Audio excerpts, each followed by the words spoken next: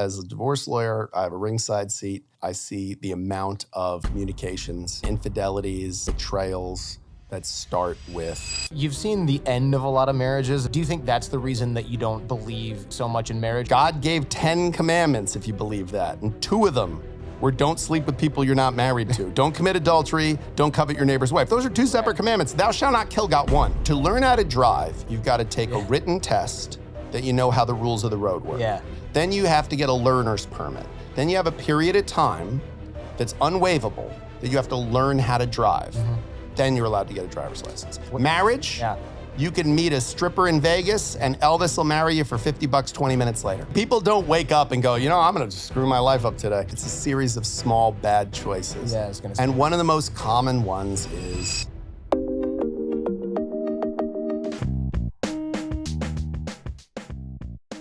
Tell me about the idea that you divorced the person you married, because it's obvious, and yet it's like, oh, wait a minute. Yeah, well, a lot of people say you don't divorce the person you married, right? So that was kind of what that's born of. Okay. I've had a lot of people say to me, well, when the ring comes on, the mask comes off, and when you marry somebody, you get to see their true face, but when you divorce them, you really see their true face. And I think to some degree, there's a little bit of truth to that. In I think Wittgenstein said, to know a thing, know its limits. When you push it past its tolerances, its true nature emerges. So I think you do see a very different side of someone when you put them into conflict with you, right? Like you know where loyalties lie when something's put under stress. I mean, in times of abundance, everybody's very like, yeah, whatever, gregarious. Whereas when there's times of scarcity, all of a sudden it's like, well, wait a minute, this half's mine or this piece is mine. So divorce brings out something very primal, I think, in people, some people. But the idea that like, I can't believe that this person is being, so petty, or I can't believe this person's so antagonistic or so narcissistic or so focused on themselves rather than the children. And then you talk to the client and you get, as a divorce lawyer, the history of the marriage in real detail, because it's like the clay from which I build my narrative, when I'm representing somebody in court. And you just see along the lines like, well, how did you not know? Like, this person is the same person you were married to. Like, I have a client right now who I got in, I don't want to say an argument with my own client, but, at the negotiating table and in the courtroom, I'm going to say whatever has to be said to advocate for my client's point of view. But behind closed doors, I'm very blunt and candid with my clients. Sure. I really try to say to them, look, I'd rather you pay her than pay me. I'd rather that you, get this resolved. And I'll talk to them about what battles are worth fighting and which ones aren't worth fighting, because sometimes they don't see that clearly. Like, there was a time in my career where whatever a person wanted to fight for, I would fight for it. And then they'd call me like 2 years after their divorce and say, why did we spend $5,000 arguing over this $3,000 thing? And I'd go, well, because you wanted to. And I told you were going to do that. And you said, I don't care, let's do it. And they're like, yeah, but you were thinking clearly. I wasn't. And I get that. Yeah. But when you see people in that frame of mind, you find yourself being put in the position, as I was just recently, where you say to someone like, okay, but why do you think, like, there's some problems that don't have a judicial solution. Right. Like, you married an awful person, and then you proceeded to have 2 children with that awful person. Like, this was your solution to the problem. Like, oh, I married this person and right away it was obvious they had substance use disorder or mental health issues or narcissistic, tendencies or whatever myriad of transgressions, they were involved in. And then when you went, you know what I'll do that's gonna fix this? Not, I'm gonna get divorced. Not, we're gonna go to counseling. Not, I'm gonna say to this person, if you don't go to therapy, I'm not gonna work with you. I'm not gonna stay with you in a relationship. Your solution was, let's have a couple of kids. Yeah. Which to me, I don't know that there's a solution to that problem. I can create some bumpers. I can get a judge to issue some orders that are gonna, keep this person in line. And hopefully everybody drives a little slower when the cops are behind them. So now that they know there's a judge watching what they do, maybe they'll put on their best face. But, I don't think marrying someone changes the fundamental tenets of who they are. No. And I don't think divorcing someone, you see the organism under stress, but they're not gonna be a fundamentally different, like if they were a fair-minded person during the marriage, if they were someone prone to compromise or someone who would concede the possibility of their own error pretty readily, they're probably still gonna be that. Yeah. Yeah, the idea that somebody transforms into this monster you never saw it coming. It's well, and look, I understand that creature in our imaginations, you know, like I know as a human being, I do that all the time, especially in relationships. Like you always imagine because I think there's so much vulnerability in being in a romantic relationship. Sure. Like you're really showing this person your soft spots and you can't help. I mean, I know I can't help but think like, oh, if they ever weaponized that, like I'm sharing with this person such an intimacy. People equate intimacy with sexuality, but intimacy is defined as the ability to be completely yourself with another person. And so for me, I know I've always found that being emotionally very open with someone and being very like, yeah, that's the thing my mom used to do or my dad used to do, or this is like my soft spot that like if somebody hits that, like, oh, it stings. And that can be so necessary to have a good relationship. Like to be able to say to someone like, hey, here's my blind spot, or here's the part of me that's wounded. Like, can we, maybe we can help heal? Like, because we break in relationship and we heal in relationships. So I think it's really, really important and necessary in relationships to be vulnerable and to be brave in that way, and it has to be scary because if it's not scary, it's not brave, But when you do that, of course, how could you not in your mind go like, oh my God, if they've got this, they've got this ammo on me. They know my soft spots now. It's like and that's Scientology. Terrifying. Yeah, exactly right. It's your end group. I don't think any of it came from, a space alien or a volcano. But yeah, I mean, it's definitely stuff deep inside of us that I don't think we can change. Yeah, it's. I guess if they're nickel and diming during the marriage, they're nickel and diming during the divorce. If they're vindictive during the marriage, they're vindictive during the divorce. That's been my experience. Yeah. And what I've seen a lot of people go through ringside, is exactly that experience. And again, the other way, which is like, I was a server for many years. I worked in restaurants all through college and even part of high school and graduate school. So whenever I go to a restaurant, like I wildly over-tip. I'm mindful of the demands of that. And when I'm hiring, for my firm, I have a lot of employees and every single one of them, I make sure that they worked in food service at some point. Because really? If you've slung, prime rib for $6.99 and gone home at 2 a.m, like if you've hustled for an hour and a half for a table to get a $3 tip, like you're thankful for I've been doing this job as a lawyer for 25 years. I still, every day that I go home, I don't smell like prime rib and it's not 2 a.m, I'm lucky. I feel like I'm ahead of the game. Yeah, I'm so ahead of the game because that was such a challenging physically, mentally, and for people just love to beat up on their servers, So I am so profoundly aware of that, having done that job, that I try to be really, really sympathetic to any server who's providing service to me. But I similarly, if you have that kind of approach to people and you're getting divorced, you're probably going to be pretty laid back and thoughtful and okay, well, look, I think if you who you are in the marriage and who you are in the divorce is very often the same. And sometimes that's great, and sometimes that's awful. Have you ever seen anybody who was kind of crappy during the marriage, but then stepped up during the divorce? Yeah, I've seen that a lot. Yeah. But it's usually because they got caught with their hand in the cookie jar. I see. It's not uncommon. I always tell clients when they get caught cheating or their spouse gets caught cheating, there's a window. There's a very short window where this person feels very badly usually for what they've done. And they're like, okay, I'm gonna just throw money at this, or I'm gonna throw reasonableness at this and just try to salvage what's left of being like a good guy or good woman in this person's eyes. And unfortunately, I tell most of those clients, like, it's never gonna be enough. Like you could give 3/4 instead of half and they'd be like, and you sure, because you better have, because you stink. Like they just are so mad and they're so hurt that there's nothing you can throw at it that's going to make it better. But then eventually what happens is during that window of like, oh my God, I feel very guilty and let me just throw some things at this and hope that it works. That window closes and turns into, well, I did this because you were cold and you were always so cold, you didn't meet my needs. And it turns it, and that's a perfect storm. Yikes. Because you've got the person who's been cheated on and the cheater who now has the permission of their own conscience to have been cheating, and now they're just, and was trying to be nice and was trying to be conciliatory, and now is like, you smacked my hand away, and now, boom, the gloves are off, and we're gonna throw hands. Man, you've said that marriage is negligent behavior. Tell me about that. I mean, we probably have to define negligence. Yeah, well, I think it fits the definition of negligence. So negligence is a failure to perceive a substantial and unjustifiable risk of serious harm. Yeah. Right? That's the definition. Black's Law. We're law school grads. Come on. Right. So that's versus recklessness, which is a conscious disregard for a substantial and unjustifiable risk of harm.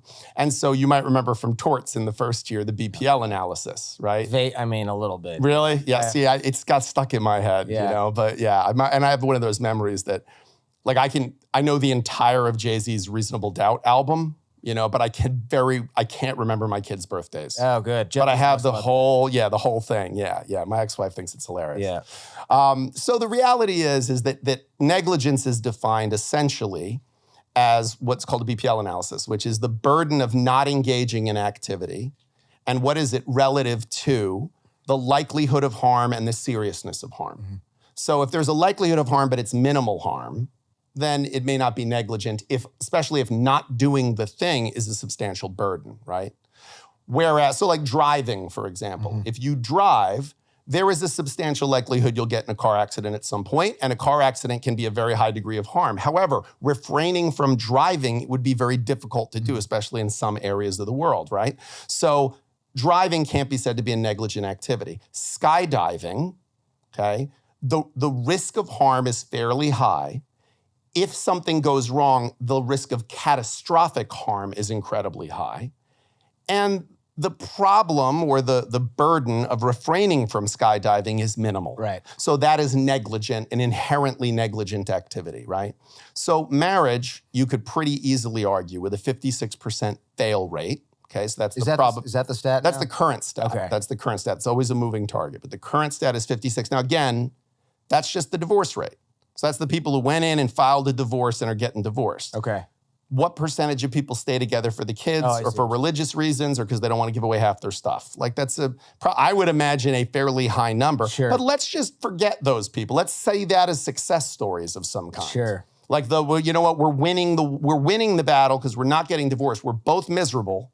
But this endurance contest continues, and we're winning. Setting a terrible example. Yeah, we're setting a terrible. This is exactly right. We are going to hang in there, and we're going to not get divorced. You know, it's really admirable, I guess, in some way. Is this 56% of couples or 56% of marriages? Of marriages. Okay, so the people who get divorced like 5 times, they're skewing this a little bit. Yes, but they represent a very small percentage of the population. If you look at just the first marriage failure rate, it's like 48%. Oh, that's pretty bad. It's still really bad. Yeah. I mean, look at it. Put it in relative terms. Toyota had a car in the 90s that had a 0.0001 brake failure rate. Yeah. And they recalled the entire line of vehicles until they could fix it. Yeah. Because they were like, that is an unacceptable risk. Right. 0.0001, not even 1%. So let's use 56, let's use 48, whatever you want to use. This is a huge number. It is more likely than not that it will fail. So what is the likelihood of harm? That's high. What is the severity of the harm? Most people who've been through a divorce will tell you it was one of the most traumatic experiences of their life. Sure. Some will tell you it was absolutely catastrophic. I mean, any of us who've ever had a breakup know, like, a breakup is tough. A breakup is, you can say to anybody in any culture, like, breakup, and they go, ugh. Yeah. Like, we all know that feeling in the pit of your stomach, and like that. We all have that. So a divorce is just that on steroids, you know? Yeah. The trick is to be lonely and play video games by yourself all day. I mean, listen, there's a school of thought that says that right. Like not having extended relationships with any kind of intimacy and just sort of lead pipe cruelty and mercenary sensibility is the way to go. I don't know. I don't know that I'm the expert on the right way to do it. You know, yeah. My mother used to always say that she couldn't define intelligence, but she could spot stupid a mile away. I don't really know what makes people happy, but I know what doesn't. I know what makes them miserable. And I can see a lot of that in the context of relationship. Sure. And so in terms of negligence, yeah, it is more likely than not going to cause serious harm. So the bigger question on that calculation then is, what's the burden of not doing it? Which to me gets us back to the fundamental question, which is, if you said to me, I'm getting married, the proper response culturally is, oh, that's so great. Congratulations. Congratulations. When? What kind of cake? Are you going to be on an island? Are you going to do a big thing? Are you going to have a band or a DJ? What are you going to do? Instead of, why? Why? Yeah, that's a rude response. It's a very rude response, but here's the thing. Why? If I caught you in your corporate lawyer days and you said, I'm leaving the practice of law, and I said, why? Perfectly legitimate question. Sure, that's what everyone said. And if you said, I'm sure, and if you said, because I'm going to start a podcast. What's a podcast? Anyone who loves you would have said, this is a terrible idea. That is exactly what happened. This is a terrible idea. Of course, they did. And listen, now everybody looks back and goes, oh my God, I always knew you were going to be so successful. Oh yeah, I would have bought stock in you if I could have. That's what I hear. And I appreciate you and I have when I left the firm I was working for 24 years ago and said, I'm going out on my own. I have no clients. I have nothing. I just have the hubris of youth and a law degree and a lot of confidence at that time, an irrational level of confidence at that time. My skill set only just recently caught up with my level of confidence. And everybody who cared about me was like, this is not Field of Dreams, man. If you build it, they might not come. Right. Like, that is not a great idea. And now, of course, all of them are like, we always knew you were going to be so successful as a lawyer and you always had such a skill level. But look, the truth is that I think we need to ask the question, what is the problem to which marriage is a solution? Because I'm stunned that we don't ask that question. When someone says, I'm getting married, why is it weird to say why? This is a technology that fails the majority of the time. Why would you do that? And if you say, I think most people have never really even contemplated that question. Even married people have not contemplated that question. They just haven't, why did we get married? It's just a thing you do. It's assumed you're gonna do it. But I work from and maybe it's my own pathology, but I work from the preposition that tradition is peer pressure exerted by dead people. It's really what tradition is. So when you just do something because that's a thing we do as a species, I'm very quick to say, right, but why? Like, why? Because there's lots of things we do that when you go, why? Oh, okay, that makes a lot of sense. Like that adds up, we do it for a reason. If something is a tradition, I can work from the assumption that there must be a logic behind it. But if the proof, the undisputable proof out there is that this does not seem like a good idea, like marriage, why would you continue to work from the assumption it's a great idea, you should definitely do it, and it's a default mode, and if you don't do it, you have intimacy issues. There's something wrong with you. Like if you say, I'm in such a happy relationship, but we are never gonna get married, it instantly becomes, what's going on with Jim? He's got some intimacy issues here. Yikes. And the truth is, it might be just good sense. I got a buddy who got married because his wife is from another country, and it was a huge pain to have her stay here, get pregnant, have a kid, citizenship of both the European country that she's in, and he can't get insurance there. So I was like, that's a good reason. Great reason. Yeah. That's a great reason. It's a pragmatic reason. Yeah. It's a practical reason. If you say, look, I have terrible health insurance and my soon-to-be spouse, my romantic partner I've been with for a number of years, has phenomenal low-cost health insurance that would cover my dental, optical, and everything. Perfectly pragmatic, good reason. Religious. We come from a religious tradition. My spouse and I, or my soon-to-be spouse and I, that we believe religion, that marriage is a covenant from God, or we believe it's a sacrament, or we believe that it's okay, cool, good reason, good reason. I don't know that it's gonna make it work any better, but it certainly is a good enough reason. But just asking the question, the fact that asking that question is considered rude in the face of the overwhelmingly bad statistics. Right. I just don't understand why that's a weird thing to say. No, it's not. Although you're in a unique position of credibility when it comes to this stuff. I think probably a lot of people don't really want to hear your opinion when until they're getting I'm definitely the skunk at the picnic. Right. People are simultaneously fascinated by what I do and terrified to let it anywhere near. Well, it's like a hitman. Yeah, exactly. It's like, oh my God, my friend is so interested. Yeah. Do not invite that guy to the Christmas. Yeah. People love what do you do? Oh my God, you must have some stories. And they're real into it.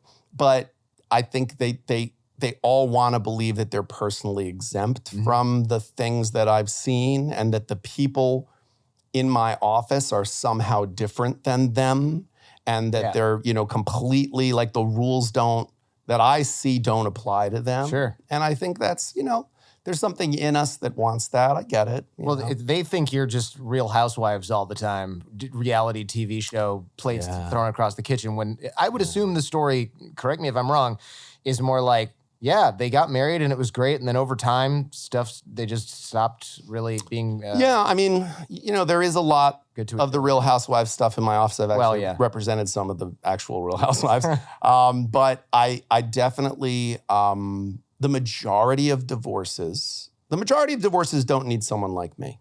That's one thing. So you don't need me if you're just two people, lower middle class, upper middle class, 2 kids, a house, and 401k, and you just got to split it up. You don't need me for that. Like I'm a chainsaw. I'm not a scalpel. Like you use me when there are stakes and when you need. I'm a weapon. When you need a weapon. I'm a weapon. That's my job. And so the kinds of cases I handle tend to have a crazy component to them, or at least the potential for crazy.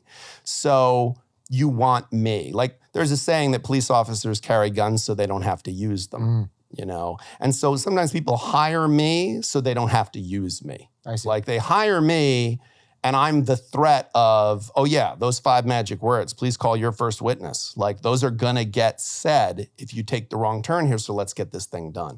Like the better I get as a trial lawyer, the less often I have to try cases. It's like the better you get as a fighter, the less often you have to fight probably. Because people look at you and go, I'm not gonna swing on that guy. So the best trial lawyers in this city, like we all know each other, but we end up just negotiating with each other. We don't end up trying cases against each other that often because it's a doctrine of mutually assured destruction. We both have nukes. Sure. But the majority of marriages end with a whimper, not a bang. I mean, there are 2 people that just grow apart in some fashion. And I've said it before that, people's relationships fail, whether married or not. We fall in love really fast. And it's instantaneous almost, and chemical and pheromonal and all that stuff. But we fall out of love like we go bankrupt or like we gain weight very slowly and then all at once. And so it's like, it's this quick rush, and look, falling feels like flying for a little while, until you hit the ground. Right. But I get that like we fall in love super fast as a species.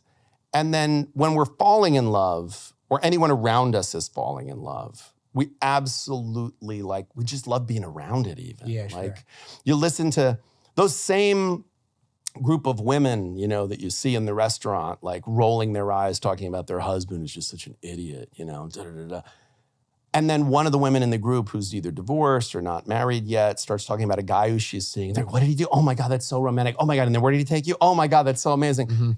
As if that guy is not in 5 years going to be who she's talking about the same way they're talking about their current spouses, and vice versa. The men, it's the same thing. It's like right now they're sitting there talking about rolling their eyes about their spouse. Well, and the buddy who's single is, oh my God, this woman's so great. She's perfect. She's amazing. This is a glitch in our programming. It is. I will tell you just personally, we do not let my group of friends we don't allow. If a guy's like, hey, my spouse is doing this thing, if it's serious, we'll talk about it. But if it's just like, oh, she's so dumb, we're like, hey, man, because that's I feel like that's the beginning or symptom of something that is not healthy. Yeah, I applaud you for that. I've been very vocal about the fact that I think we need to stop trash talking our partners. Yeah, 100%. We need to. The world is beating the crap out of us enough.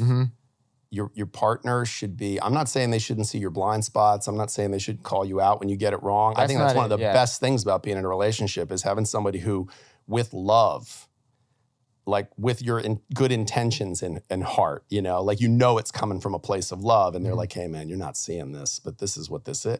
Like, I love that. To me, that's the whole reason. I want friends like that. I want a romantic partner like that. I want all the people, I want coworkers like that. Like, I want people who aren't afraid to tell me the truth. I don't want a bunch of yes men around me. But there is something so toxic about creating an environment where the default mode is everybody talking trash about their partner. Because, just the pain to me of like this person who's supposed to be your cheerleader, your main support. It's like the only person who's supposed to be on your team all the time, besides maybe your parents. And yeah, I mean, I think anything comes out of your mouth. If you're in a relationship, you know, anything comes out of your mouth. Would it come out of your mouth if your partner was standing right there?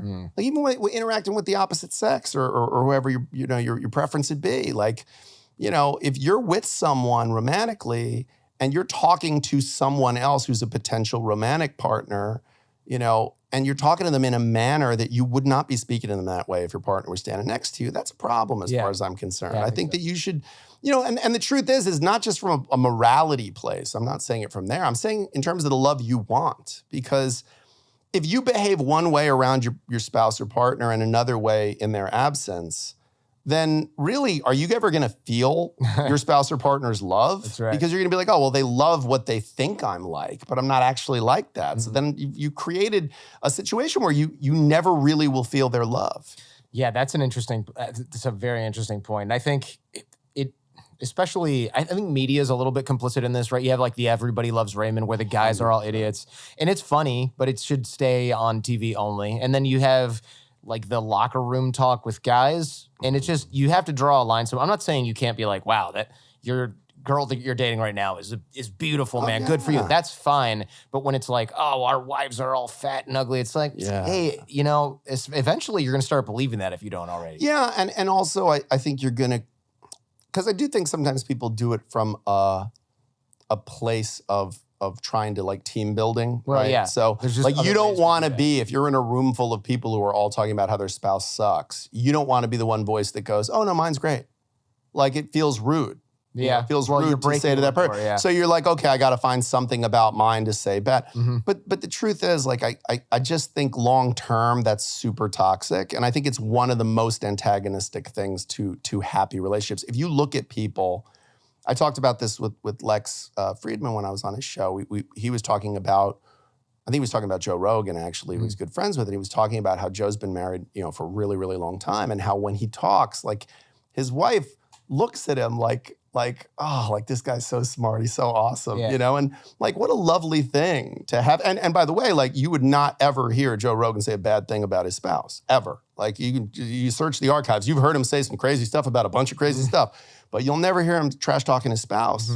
And that I think is really admirable and is probably why he has one of the more successful marriages out there for a long period of time, because this is not a person who's trash talking their spouse. Yeah, it's interesting how that becomes a default for, like you said, for so many guys. But again, I think it's easy to snap out of that too. You just decide that you're not going to do that anymore. Right. And when you're friends or when you're trying to lead the way on this, I mean, I just say like, how did you brought this up in a show, you say like, how did you guys meet? Yeah. And then it changes the mood. And I will force my friends to tell me this story repeatedly. Yeah. And one buddy of mine was like, why do you keep asking me that? You've heard this before. And I'm like, hey, I'm trying to snap you out of this bullshit. Yeah, it pulls you out of it. Yeah. You know, there's a scene in Godfather 2 that I always really liked where De Niro, playing the young Don Corleone, is sitting in a theater with his like buddy, one of his consigliere friends, you know, this is before he's the Godfather. And he says, oh, you know, this girl who's in this show, I'm so in love with her. She's the most beautiful woman in the world. She's the most beautiful woman I've ever seen. And she comes on the stage and he says to De Niro's character, like, look, oh, isn't she beautiful? Isn't she the most beautiful woman you've ever seen? And, you know, in classic De Niro, you know, Godfather, Don Corleone, he says, you know, essentially in Italian, but it's translated. He says, you know, for me, there's my wife, but yeah, that's great. And I thought, like, that's so money. Like, that's so yeah, you know, for me, there's my wife. But you know what? Like, that's great. That's great. And I have a couple of buddies that, like, that's how they talk about their wife, is that they're like, you know, listen, I found my girl. But that's great for you. Like, or, you know, and you could say to them, like, oh, man, check this girl out. Isn't she stunning? Da-da-da. And they're like, beautiful girl. I mean, listen, for me, there's my wife. But, like, for you, that's great. You know, and I think there's something so... I mean, again, this is my conception of masculinity. Like, I think there's something very masculine and cool about a guy who's like, yeah, like I picked a good one. Yeah, I picked a good one and I'm happy. It's also, like you said, a lot of this is just peer pressure nonsense or like machismo crap. You actually, speaking of looks, you said something, or I read something, you said being essentially, I'm paraphrasing here, being hot is one of the most lucrative things you can do. For sure. I'd love to hear you talk about this because most people would never actually. Well, no one didn't say it out loud, but everybody knows it's true. Right. I mean, it's like these people won the genetic lottery. Like being good looking, being attractive is incredibly valuable. Look, you've either got to be super talented, rich, or good looking. Yeah, and which one of those is the easiest thing to be, right? There are people that are just born like that. Like just born 6 foot and gorgeous. Like, and that's it. And if you get to pick which of those things you want to be, right? You know, whether you want to be, born rich, that's certainly nice. Yeah. But to get rich, most people have to work at it. Brilliant, to be brilliant. Like, look, some people are born with a high IQ, but there's still a lot of work that has to go along with becoming educated in some fashion. Being good looking, okay, you got to take care of yourself. Maybe you have to eat the right things once you pass a certain age. You have to work out once you pass a certain age. I mean, I think for your 20s, you can kind of get away with any number of things, Sure. But I think the truth is, like, I do a lot of divorces for people in finance. I'm a divorce lawyer in Manhattan. So we are the hub of commerce. Many of my wealthiest clients worth hundreds of millions and billions of dollars are in finance. They're partners at huge firms like Goldman Sachs and any of the other, investment capital type of firms. And they typically marry yoga teachers, models, artists, creatives, people who they're not lucrative earners, but they just happen to be extremely attractive. And many of my clients, what a coincidence, in finance, they are not the most attractive. They are not people who, if you went in a room and said, this woman and this man, you would go, they're not on the same level in terms of their looks. So I don't think it's profane or inappropriate or insulting to anybody to say that there is an aspect of love that is an economy. Yeah. It's love is a feeling.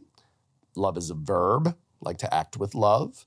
But love is an economy. And I think we should be a little more honest about that in the world. I think as a divorce lawyer, I don't have the luxury of being able to pretend that it's not. I understand why we want to pretend that, no, it's the heart and that's all that it is and there's nothing else to it. There's an economy to it, gang. Like, we all know that. Well, nobody's really being honest about this, right? Like, if you ask... Well, everyone's being honest. A lot of people are being honest about it. Acting honestly. No one is saying it out loud. I'm saying the quiet part out loud. Right. The guy would probably never... Well, it depends on the guy. But he's probably going to go, we just clicked. It was great. Yeah. He's not going to go, I'm a fat, schlubby dude who smells bad, but I'm loaded. Which is shocking to me. Because you would think, some of these guys are the most intelligent people. Like, they're the smartest person in the room. Mm-hmm.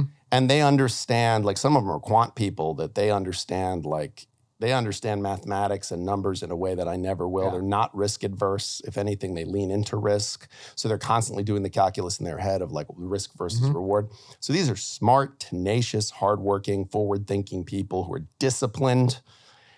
And when it comes to love, they're the total opposite. Yeah. They're just idiots. And they really legit don't see what's plainly in front of them. They know she is not.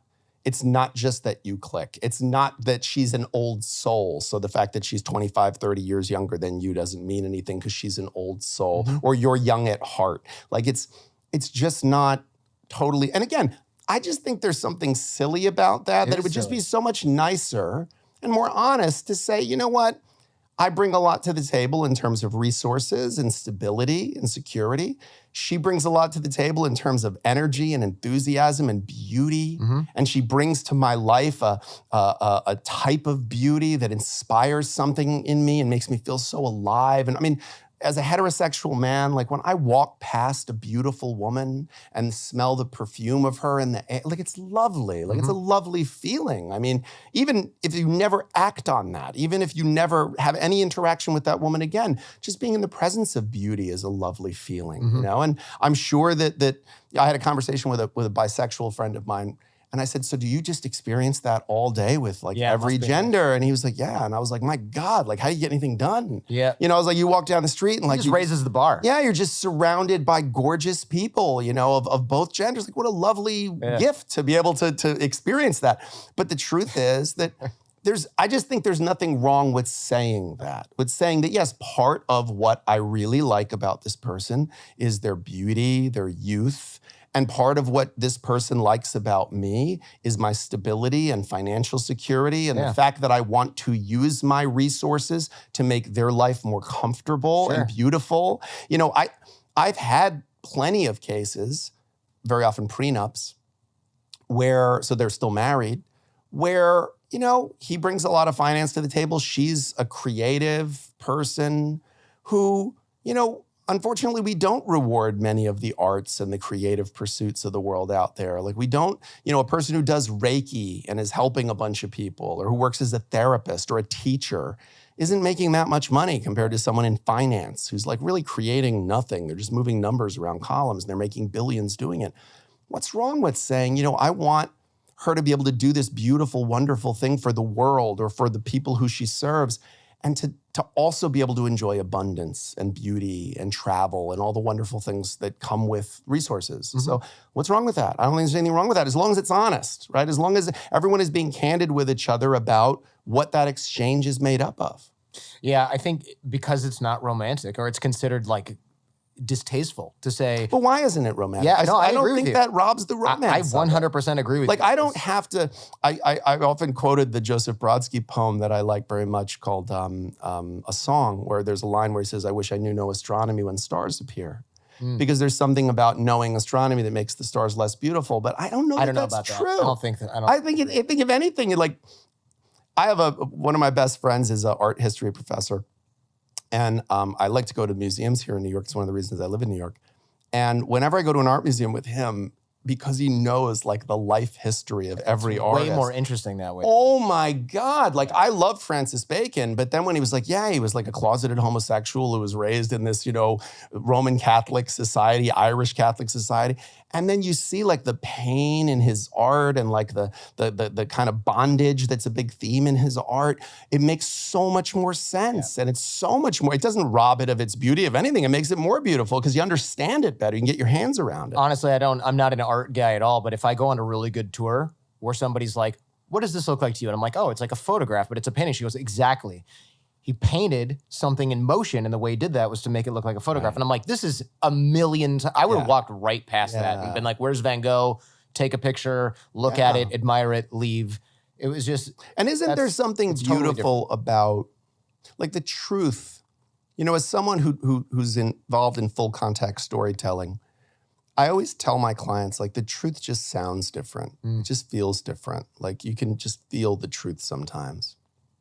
And I really think there's something very beautiful about truth. And I think in relationships, like, there's a real beauty to be found in being radically candid with each other. Yeah. About what you're really feeling, what you're really afraid of, what really, for good or for bad, like, is hitting you the wrong way. And that's why in my book, I talk a lot about, I call it hitting send now, but essentially like being radically candid with your partner about when little things rub you the wrong way in a non-attacking way, so it's not met with defensiveness. And in a non-confrontational way, I recommend things like an email, so a person, you can parse it carefully and then they can digest it in their own time. Talking about these little seeds of hurt before they grow into these like bushes of resentment, you know? And I think it's a whole lot easier to control it when it's just that little seed. My wife is good at this. She's helped me get better at this. She'll say something like, hey, you know, the other day when this happened, that kind of just made me feel like you weren't on my team in that conversation. I'm like, oh, yeah, you know what? I did that. And you're right. I kind of should have seen that coming. Maybe next time I won't do it that way or whatever. And it's so there's so much value in that discussion. So much value, man. And there's so much value in also learning then how the other person thinks, because I'm sure in that response, like your first response is, okay, well, first of all, I'm sorry, because I know I didn't mean to hurt you. I know that. Then you sniff sure, like, I'm sure I did. I avoided that. I'm sure I did. And so I apologize for that because I know I didn't mean to. Right. But here's what I was thinking. Like, here's why I said that. Because it wasn't, well, good, because I wanted to hurt you. It was, no, I said that because I understood it this way, or I didn't realize that bothered you, and that's why. Like, and I think when you understand how this person's thinking better, like I have found, I said it earlier, and I'll say it 1,000 times, like we break in relationship and we heal in relationship. And I think when you've had difficult relationships, or you've had quote unquote unsuccessful relationships that result in not a happily ever after, but instead ending and then, moving in your own directions and starting new relationships, you can look at each of those as like, okay, now I know a bunch of things about what doesn't work for me, both in terms of what I could do different or what I want different in a partner, or what I won't do again in terms of how I handled something. And I'd like to think we just get better and better at this if we approach it the right way, mindfully. Yeah, you're onto something. I will say every time I've had a long-term relationship in my life, I'll go, all right, what worked in this one? This isn't even necessarily a conscious process. This is just like, I really like these 5 things about her. These other things were the deal breaker. Like she was, super XYZ, or she, like I dated a girl who was really great, but she was very religious, and she was like, I think gay people are all going to hell. And I was like, I'm gonna have a hard time with this my kids that. It's a bridge too far. I can't do it. And we talked about this a lot, and she's just like, I don't even dislike them. I just think that they're all gonna burn in hell. And I'm like, that's right. I'm not raising kids in this environment. Right. And so I was like, I want these 8 things that were really great, if possible, but I can't deal with these 2 things that were not great. Yeah. And but I found that friends of mine who are divorced and like a mess, they tend to make the same mistakes over and over again, or they're stuck in this weird pattern where I go, so you broke up with her because of this. Your new girlfriend has all of those same downsides, but she's different in other ways. I'm so confused. Well, this is the reality of like people not being in therapy, as far as I'm concerned. Because I really do think that like one of the things I'm so grateful to have seen happen in my lifetime is the normalization of mental health services. Well, hell yeah. Like people going to therapists, because I think one of the best things you can do for yourself is like, okay, I find this attractive. Okay, why? Like why? Why is that attractive to you? Is there a wound that you had that helps heal? Yeah. Or is there a wound that you had that repeats for you and therefore justifies that original wound? Like, so are you just hurting yourself? Like, oh, this is a familiar kind of pain, so I'm just gonna keep signing up for it. Yes, sir. Like, and for men, I don't know if this is true for women because I've never been a woman, but I know for myself as a man and many of my male friends, is like who my penis is interested in and who I should be interested in, like who's good for me, are very different. And I don't know if that's true for women. Like, I don't know if the clitoris is like, it has its own mind of like, oh, I like that. Harder to but point that's really bad for my prefrontal cortex. Like that's really bad for the rest of my biology. Yeah. And so if that's the case, like, I'm not saying don't indulge that. Like, listen, cupcakes are bad for you. But you can have a cupcake once in a while. It's okay. Just know, like, this is not my new eating plan. And this is not like what I'm going to eat every day. If this becomes a staple of your diet, you're going to be unhappy. So, I don't mind if somebody says, listen, I find this very attractive. I don't know why. Like desire, when I was teaching my own children who are now adults, when I was teaching them, because I had a lot of gay and lesbian friends at the time, they were little. And I live in Chelsea, so I'm a primarily gay area. And I was always surrounded by, gay men. And so explaining to my sons, like, yeah, well, some boys like boys and some girls like girls and some boys like girls. And you know how I like your mom? She has pretty blonde hair. And I think mom is super pretty because she has pretty blonde hair. Well, some people like, women with dark hair, and some men like men with dark hair. Like people like different things. But what's nice is someday you're going to figure out what you like. And hopefully you're going to like something and someone's going to like the same thing that you like. And the two of you are going to hug and kiss each other. And that's one of the nicest things in the whole wide world. That was like basically my 101 explanation. Both of my sons ended up quite well adjusted and in happy relationships. So the truth of all of this is, we can't explain certain aspects of our desire. So why not just acknowledge, like, yeah, I really like that. It's not good for me. Yeah. It doesn't work for me. It leads me down dark roads. I've learned that, but I still really like it. So I might have to just look at it from afar and go, yeah, like, listen, I used to smoke cigarettes many, many years ago. I quit smoking 20 plus years ago. But I still look at someone smoking a cigarette. I can't watch Mad Men and not go, oh God, that looks so good, Like the whiskey? Yeah, listen, you tell me I'm dying next week, I'm gonna start smoking again for sure, Like, and I'm sure the minute I took one puff, I would be like, oh my God, how did I ever do this? I guarantee it. But I have to tell you, like, in my mind, like, I know it's really bad for me, but it's something that was alluring to me and looks compelling to me. Maybe the reality of it wouldn't be as good as what it is in my mind, but I've learned enough to know I'm not going to tempt fate. Because I think if I went and bought a pack of cigarettes and started smoking them, within a week I'd be smoking 2 packs a day, so I'm not going there. You got to treat it like drinking. Well, or drinking it depending on how you drink, I guess. But like I don't. For me, not at all. I mean, for me, it's rarely I'll have like an old fashioned. Sure. It's very occasional.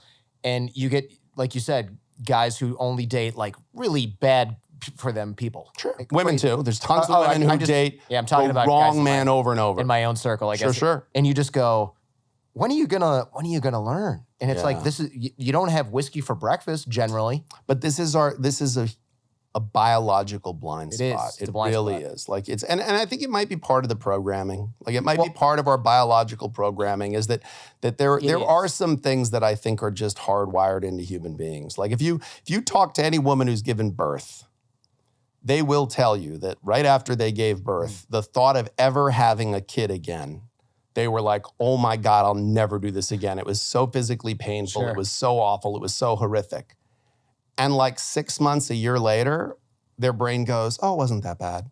It's like, wait, what was that? Yeah, they forgot. And there's something in us but I didn't forget. that puts that aside and goes, nope, like memory is kind for that reason, you know? And so I think it's the same thing with relationships. It's just, there's some voice inside of us that I think comes from some deep part of our biology, our wiring, that says, you know, oh no, it's gonna be different this time. Like this time it's love. This time it's real. Even if you're self-aware, man, I gotta be careful I don't make this person too obvious. I have a friend that I knew when I was younger, and that I still know. He's a hedge fund guy, like, smart guy, very smart. He only dated the most horrible, meanest women that he could find. And his parents were both fine. I met them. They're great. Yeah. His sister was a sweet gal. If he found somebody who was just kind of horrific most of the time, that's what he liked. Yeah. And he goes, yeah, I just really love this. And I'm like, you got to be so careful. Married a totally perfectly nice woman, thank God. But it was But close. that may have been that phenomenon that, like, you know, that he found something exciting about the conflict and the chaos. Yeah. And that's okay. Like I said, listen, if you're a thrill seeker, you might look for that. But if you had, thank God he had the good sense to say, smart guy, long term, that's not what I'm going for. Yeah. Like I'm going to go for something long term and committed that's going to be a lot calmer than that. I mean, he literally, there were girls. He is in the minority. There were girls where we go, I think she's like a psychopath. Yeah. Because she wanted to be, I remember this one wanted to be a brain surgeon. And we were like, wow, she's so smart. And then we found out that one of the things she liked was cutting people open and then writing her initials on people's skull when she was cutting their skull open. And I go, why? And she's like, just so I'm there and they can never get rid of me. And I was like, well, that's creepy as hell. That is creepy. That's super creepy. And yet, very creepy. She sounds very interesting. Yeah, well, you know what I mean? Like she sounds very interesting. But, if you gave me a choice between someone who on the weekends wants to make like tuna noodle casserole, and go to like the local like parade for like whatever, you know, Arbor Day, or someone who does shit like that. Sign me up. Well, like I don't know that I'm gonna want to marry either of those people. Raise children with them. I'm not doing that with either of them. But I have to tell you, if you ask me which of those two you want to talk to, the brain carving chick, I want to talk to her. That is interesting to me. I'll introduce you. She's probably divorced by now. Well, who knows? You I might already know her. You might already know her. Maintaining a healthy marriage is like maintaining a healthy weight. And I think, I don't know if you said this, but don't wait until your teeth are falling out to go to the dentist. Yes, that's sort of to our earlier point, right? Yeah, I said that. I definitely said that because my sister's a dentist, and I always use her as the example. My sister always says to me that, you know, by the time you have a toothache, it's too late. Like there's a bunch of things I could have done for you before you got a toothache. But now that you got a toothache, it's too late. So that's the original title of my first book was If You're in My Office, It's Already Too Late. Oh, nice. And so I genuinely believe that by the time divorce is anything other than a fleeting thought you have when your spouse does something really boneheaded, it's pretty far along. Like you're starting to really have a toothache at that point. So I genuinely believe in preventative maintenance. I think that it's much easier, as the metaphor you said, it's much easier to maintain a healthy weight than it is to gain a ton of weight and then try to lose all that weight. And it's also worse for you to do it that way. Like, it's better to just try to create a steady state and understand that every now and then you're going to put on a couple pounds or lose a couple pounds unexpectedly. More often put on a couple pounds unexpectedly. But it's the same kind of thing. You're occasionally going to have turbulence with your partner. It's hard to relate to yourself, much less to another person in such an intimate world and an antagonistic world. Like, you can have, that's why I always say to people, like, why do we learn how to fight with our partner while we're in a fight with our partner? That seems really stupid to me. Like why not, when you're getting married or starting a relationship and you have this abundance of goodwill together where you just really like each other more than anything in the whole wide world? Like, when you're first dating, I love talking to people who are just drunk on the, like, how into each other they are. Like, that stage is so fun to even be around. Like, it's why we watch rom-coms and stuff. Like, it's so fun to watch people who are just, like, enamored with this other, and everything they do is awesome. And, like, even their, like, things they do that are kind of annoying, you're like, oh, and this is like this little picadillo of their personality. Like, and you know that 5 years later it's gonna be like, why are you breathing like that? But at that first date or that fifth date, it's like, oh, and he breathes so weird. It's so cute. Her nose whistles when she sleeps. Like, that whistling's gonna drive you nuts in 5 years. But again, what is it about? It's about how you're approaching this thing. And like, you got Christmas in your eyes all the time with this person. So to me, figuring out a way to sustain that high, or like how to continue to stand in the presence of that, is really the key. The book I'm working on now is about endings. And it's about how, when we put ourselves in the mind of the ending, we really savor everything that leads to it much better. So, like, when we are in the presence of death, we're very much alive. When we're in the presence of illness, we're grateful for our good health and mindful of our good health. When we see someone who's lost their job, we're so grateful for the job we have. When there's so much we can, like, every new beginning came from some other beginning's end. And there's something really beautiful about what I do for a living, in that I see all of these endings, and they all came from people that were facing in the same direction at one point. Like, at some point, they were like, let's do this. There's 8 billion people in the world, and let's pick each other, and let's hold hands, and let's try to navigate it together and try to help each other go through it. And, like, it's so beautiful. It's such a worthwhile sentiment. Maybe it's a foolish sentiment, I don't know, but it's so human. And the fact that somehow so many of them, 50% or more, lose the plot. And I just think there's something beautiful about that we keep trying. We keep trying to not lose the plot, and we keep stepping on the same landmines over and over and over again. And so I think preventative maintenance is probably the key, because you all started in the same spot, which is madly in love with each other. So why not have conversations about, hey, how are we going to keep this on track? When we disagree, when we fight, what should that look like? What do you need? Do you need a minute? Or are you the, like, okay, we got to deal with this right now, we can't go to bed angry type? Because if one of us is that and one of us is the other type, we got to figure out how to balance that the right way. Like, have some of those conversations when there's still so much goodwill between the two of you.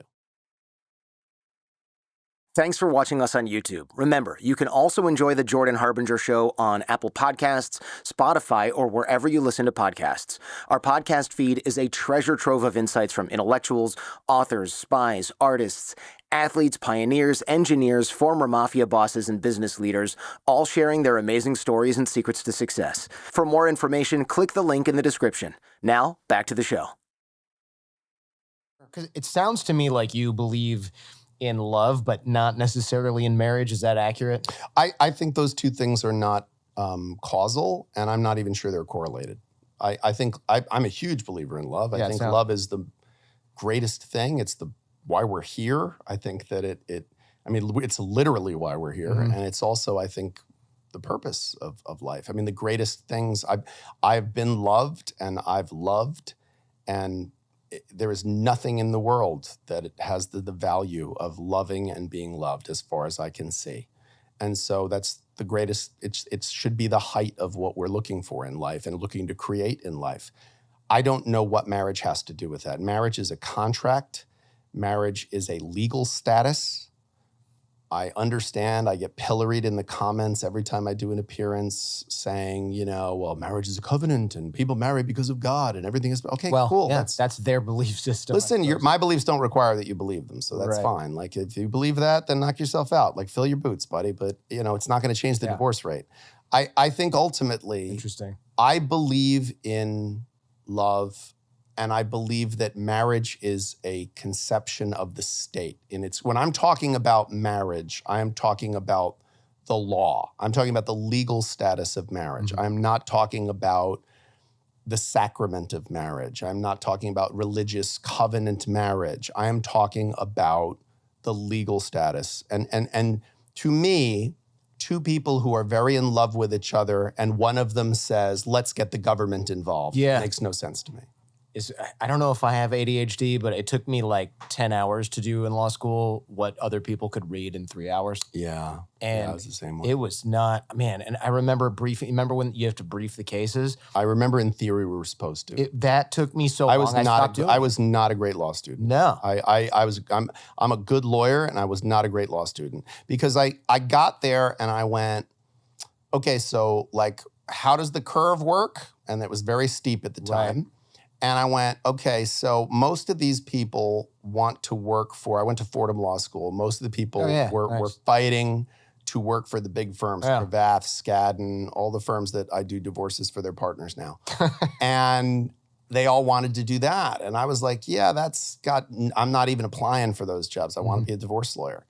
And so I knew it didn't really matter. Just give me a C and set me free. And then when I figured out how I saw almost every movie that was out from 1997 to 2000 because I went to school at the Lincoln Center campus of Fordham Law and the Sony Pictures Theater, which was a 10-plex, was so instead of going to class, I would just go to the movies. So I saw a lot of movies. Like if we ever played Trivial Pursuit, if there's any questions about a movie that came out between 97 and 2000, we're good.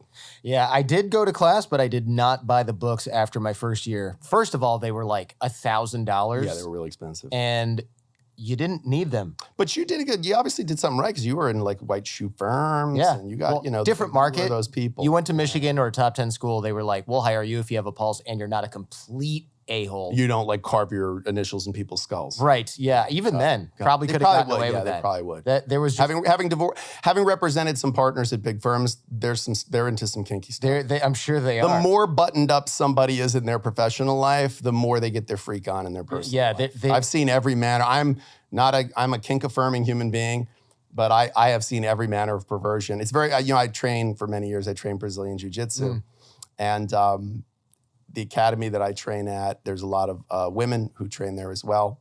And one of the women I've trained with for many years is a dominatrix in the city. And she's an African-American woman, jacked like you wouldn't believe, like just so muscular, just physically an intimidating presence and phenomenal at jiu-jitsu. We've rolled together many times and she throws me around like a rag doll. It's something to see. But we've come to develop a friendship over the years. And when I found out what she does for a living, she'd said, something about, this is useful in my profession. I said, what do you do? I thought she did security. She must, something where she had to restrain people. She does insecurity. And she said, I'm a dominatrix. Yeah. And I said, that's so interesting. I said, so we both spend a lot of time with judges.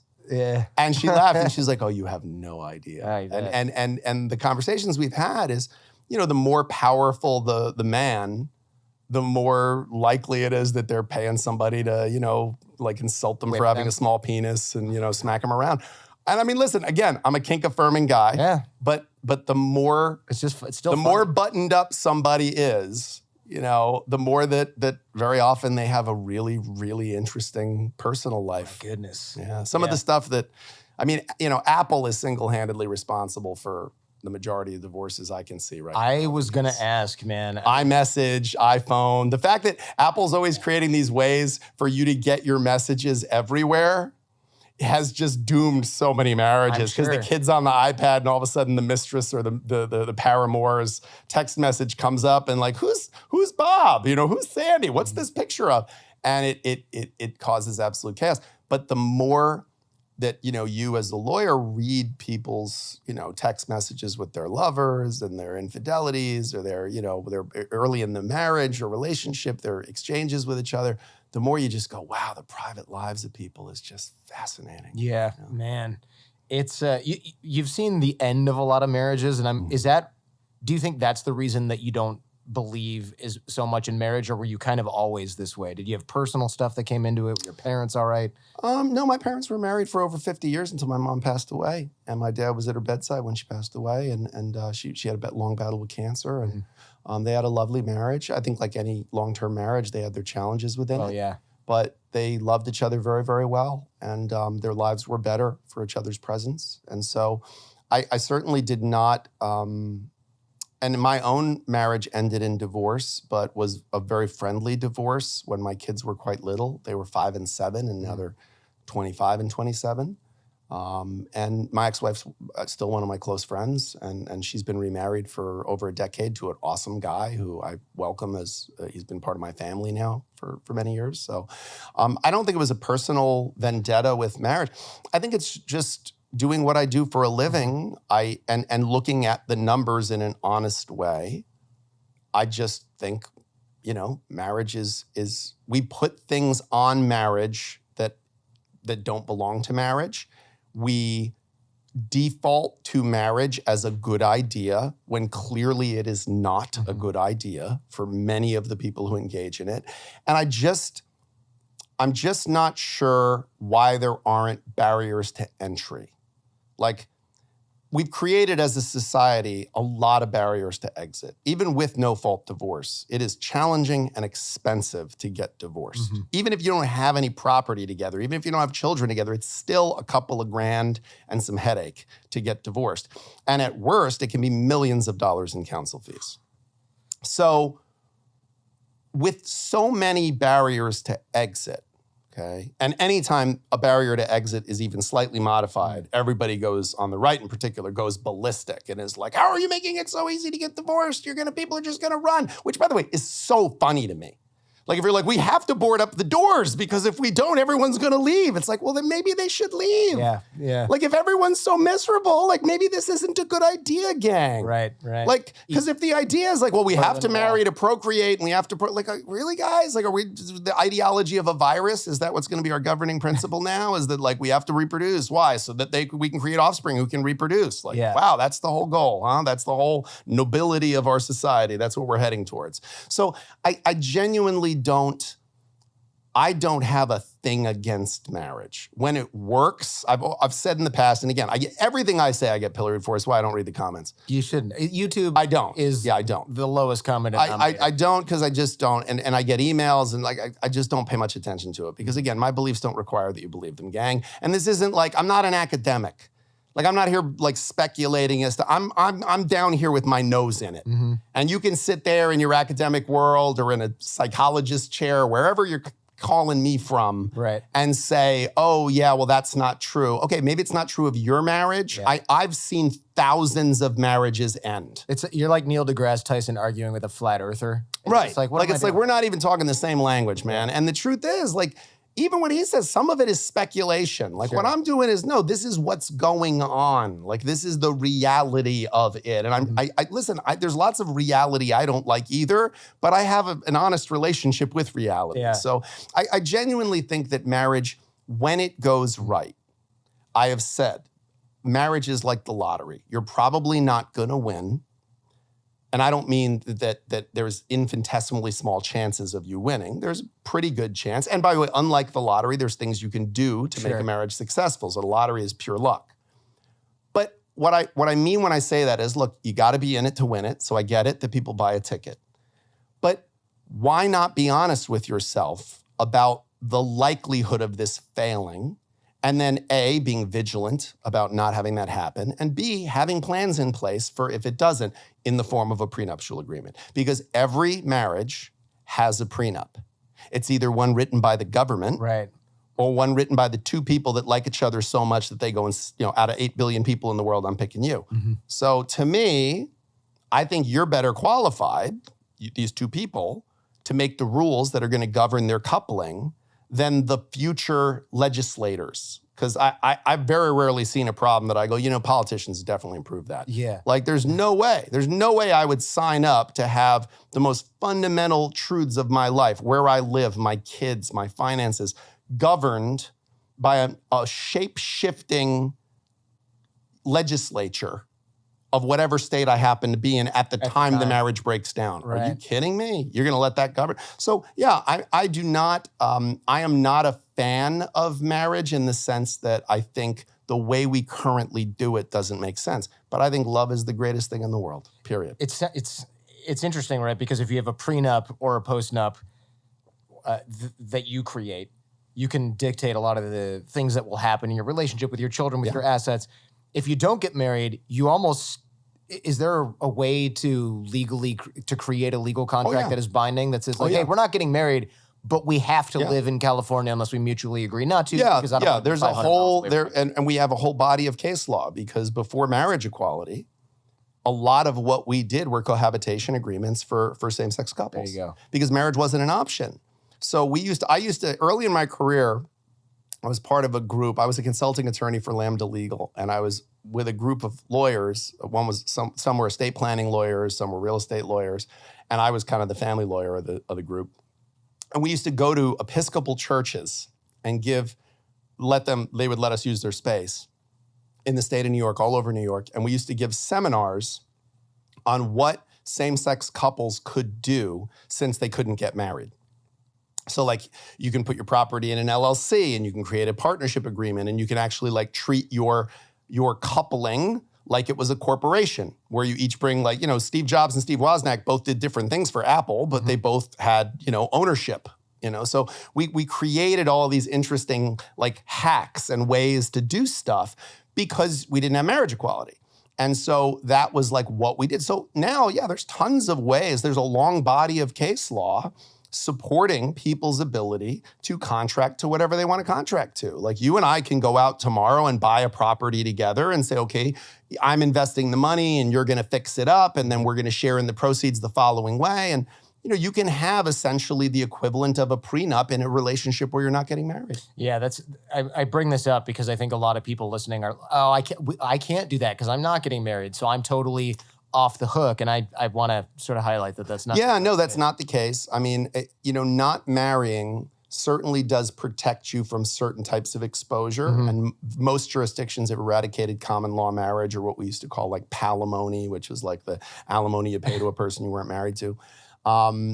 Most jurisdictions have gotten rid of those concepts. So the truth is, what you really want to connect with is, what is it that we expect of each other? And again, it's like a business partnership. In any business partnership, like it's an economy. We're both bringing, like you would never look at your business partner and say, you seem very concerned about money. Like, right, you're my business partner, of course. Like, please be more concerned about money. Like, why wouldn't your like if you're moving in with someone and they said like, well, you seem very concerned about like where you're going to live.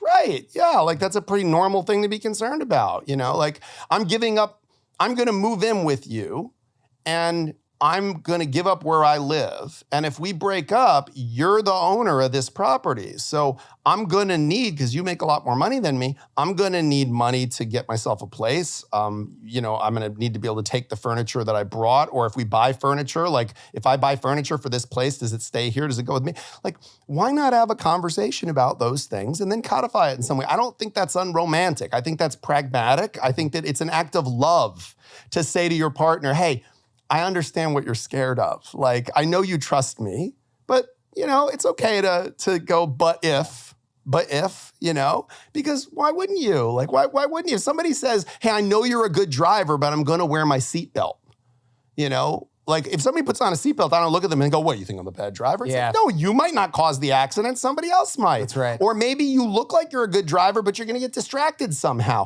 Like, you're certainly not going to intentionally, I'm not putting on the seatbelt because I know you're going to intentionally drive us into a wall. Like, that's a ridiculous thing. But you wouldn't be offended. But having any conversation, again, it's this bubble that we've created as a society that if you even dare be pragmatic when talking in matters of love, you somehow don't believe in love. And I think it's the biggest crock of bullshit that's ever been sold to us.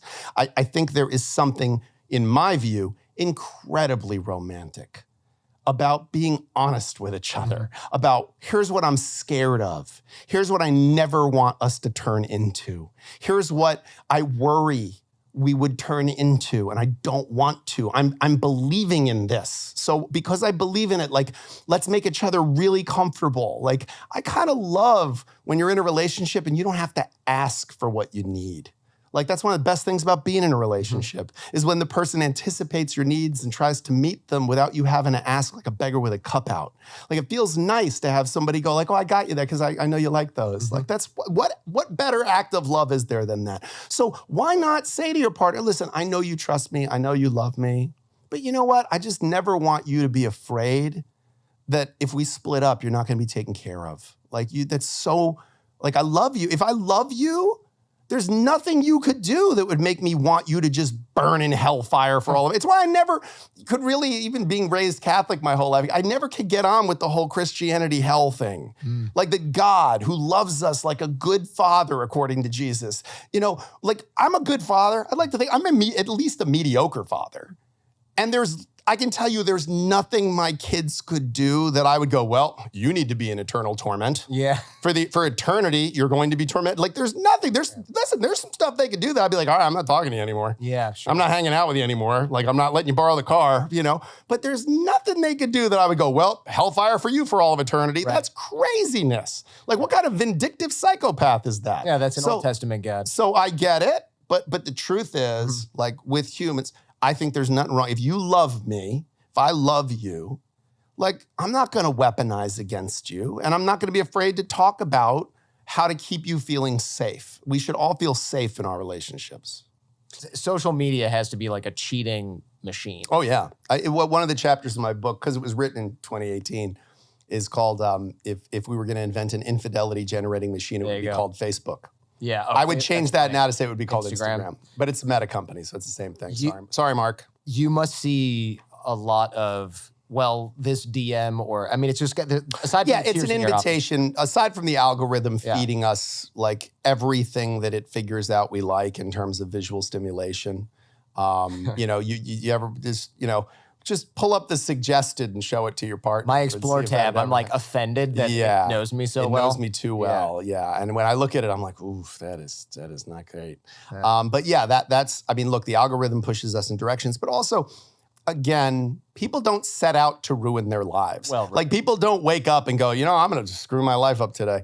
It just happens, right? And so I think it's a series of small bad choices. Yeah, I was gonna say. And one of the most common ones is social media gives us entry points into conversation with people that we really have no business talking privately with. Like that it's just a temptation that we're not gonna be able to handle. You hang out in a barbershop long enough, you're gonna get a haircut.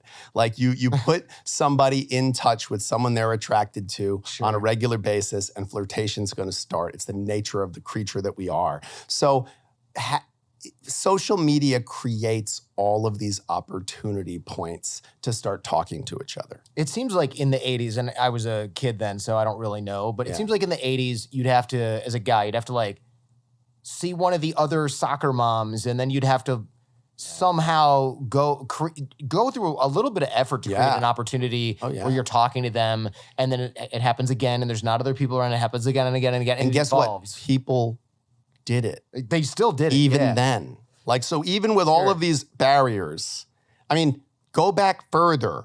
God gave 10 commandments, if you believe that. And 2 of them were don't sleep with people you're not married to. Don't commit adultery. Don't covet your neighbor's wife. Those are 2 separate commandments. Thou shalt not kill got 1. Only had to say that once. So this is a problem that's been around for a while. It's a human problem. So yeah, I mean, I think ultimately, even when it was hard to do, people did it in abundance. So now it's so easy to cheat. I mean, you can be sitting on the couch next to your spouse talking with someone who you're trying to sleep with or are actively sleeping with. Yeah. And what are you doing on your phone? Like, no one would ever, what are you doing on your phone? You could be doing anything on your phone because we do everything on our phones. Our phones are like, we are wired into these things. Yeah, my wife will go, what are you doing? Trolling? Troll, because I met her online. She's kidding, obviously, but it's like a funny inside joke because I met her on Twitter, which I don't use, and she's like, oh yeah, you can meet women on there. It's true. That's where I met my wife. Yeah. So it's like, well. Listen, it is the place where everybody gets involved in nonsense. I have to tell you. I see that as a divorce lawyer. I have a ringside seat, and I see the amount of communications and infidelities and betrayals that start with, hey, wow, looks like you guys had a great time on that vacation. Where did you stay? Okay. Or, oh, wow, throwback picture. I had that t-shirt too, or, oh my God, I went to that concert, or, and it's like an entry point, and you just start chatting, and, we're human. I get it. But you're inviting, avoid the near occasion of those things. Like, when I want to lose a couple of pounds, I don't have any junk food in my house. Right. Because I can control my food environment way better than I can control my brain.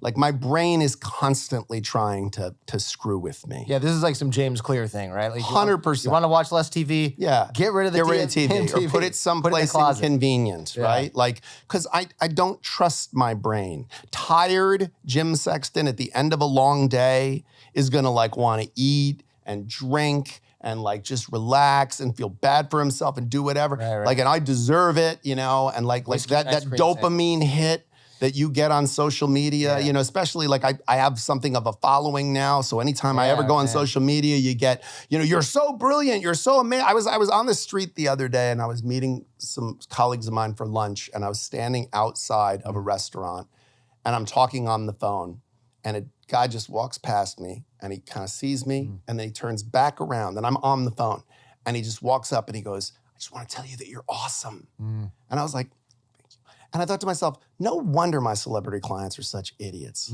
Because they just, random people just coming up to you and saying, you're awesome. Like, what is that not gonna do to your ego? There's no scenario where that doesn't feel good. Well, even if the repeated, look, that happens quite a bit to anybody with online sort of presence, right? Even if it doesn't inflate your ego, the opportunity, you went from random guy on the internet to, person with status. And status is like a drug, even if it's not your status. And you find yourself looking for that hit. Yeah. Now that I get stopped on the street and recognized anywhere I go, I find myself sometimes when I'm feeling low, looking for it. I'll deliberately go out and sort of be, wearing what I'm wearing right now, which is what I'm wearing. Roll my sleeves up a little bit more. For real, so people know because people recognize me much more readily. Sure. And you really do. And look, it's human. I get it that there's this part of you that feels sad or insecure or low or whatever, and it's a hit to have someone compliment you. And listen, anytime somebody stops me and says, oh, I'm a fan of your work, it's wonderful. That makes me, so why else do I do it? I do it happen to a lot for of that reason. It doesn't happen to any divorce lawyer that I'm aware of. No. And it's a lovely, beautiful thing, I have to tell you. I used to say no lawyer gets fan mail. Now I got to change my... I get a lot of fan mail. Yeah, now you get a lot of fan mail. I get a lot of fan mail. I got a lot of women in my DMs, and I get a lot of fan mail. And I think if you're a man with even vaguely an emotional vocabulary and maybe a full head of hair, but maybe you don't even need the full head of hair. Scott Galloway probably gets a ton of. I'm so curious. I'm going to ask him. He's got to get big time. Yeah, I'm such a fan of him. He's great. Did you see his TED Talk he did recently? It was really good. It did talk about. I was always a fan of his work. I listened to Pivot forever until I just got to the point with Kara Swisher that I was like, all right, I just can't do it anymore. But I love Scott Galloway, everything the guy does, and I'm an NYU alum, although I didn't go to the business school, so I didn't get to study with him. And it was probably before his time. I think I was going to say he's not that old. No, he would have been like 27. Although, he's jacked though. My goodness. I mean, he's just, it's so easy to hate the guy, but because he's just awesome. But yeah, I mean, his viewpoint is so incredible and he really gets it right on a lot of these things. And I really do think that he must get inundated with attention, and you do get a tremendous amount of attention. The interesting thing is when you're in the relationship space like I am, people think you have some secret knowledge, and I don't. I really don't. I've said it before, that I don't know what intelligence looks like, but I can spot stupid a mile away. Right. I don't know necessarily what makes a relationship a happy relationship. I just have become an expert in what screws up relationships, and I'm hoping I can help people reverse engineer that into something better. How many people come into your office and are essentially learning about what the marriage contract entails for the very first time. 95%. Oh my God, that high. 95%. Well, go to anybody who's married. Go to anybody who's married and ask them about the spouse's elective share. Ask them if they know what that is. Ask them how child support is determined in the county in which they reside or the state in which they reside. Ask them how spousal support is done.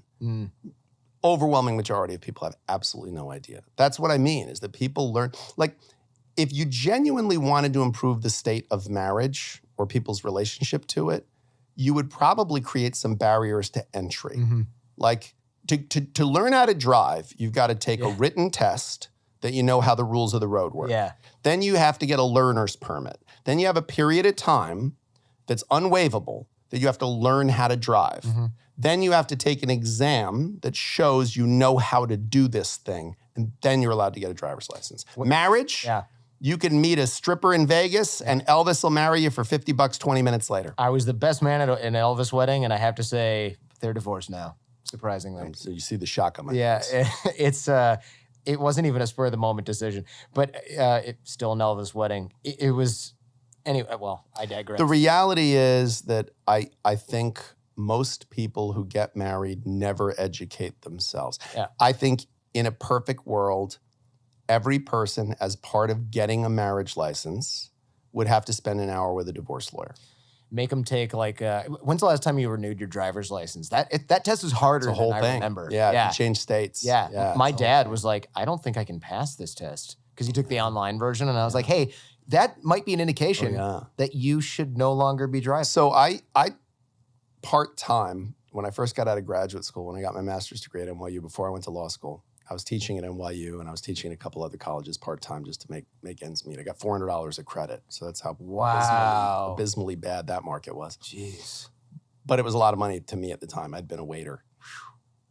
And one of the things that I used to do with my students, you'd never be able to do this now. It would be considered like a hate crime. But I used to, because I taught courses in like culture and communication. Okay. And I used to make my students take the citizenship exam. For the United States? For the United States. That's a great idea. They were all U.S. citizens by birth. You know, the majority of my students were, they were born in the United States. They were naturalized citizens. They never had to take the citizenship exam. The answers that I would get from students of like, what are the three branches of the government? And they would be like, Democrat, Republican, conservative. Oh, that's pretty bad. Like, I mean, you would look at it and just go, okay, but it's true. Like we have taken for granted what we're supposed to know, what it's assumed we know. Like, it's assumed that the driver's test that you took whatever many years ago, that you remember at a four-way stop what the order of who gets to go is. Right. I don't think that's true. Based on what I've seen in terms of driving, I don't think most people remember this stuff. Similarly, I don't think most people remember basic civics, and I don't think most people remember anything they learned in driver's ed or anything they learned in basic civics. Like, I think if you gave most people the citizenship exam, they would fail. And if we don't deport people for failing the citizenship exam if you're already a citizen. Right. But I have to tell you, your vote equals mine. And if you don't know the three branches of the United States government, why do you get to vote? Oh, it's funny you bring this up, man. There's I won't say them out loud, but there's always this, get the vote out. And I always pass on the campaign, and my sales team is like, why are you passing on this easy money?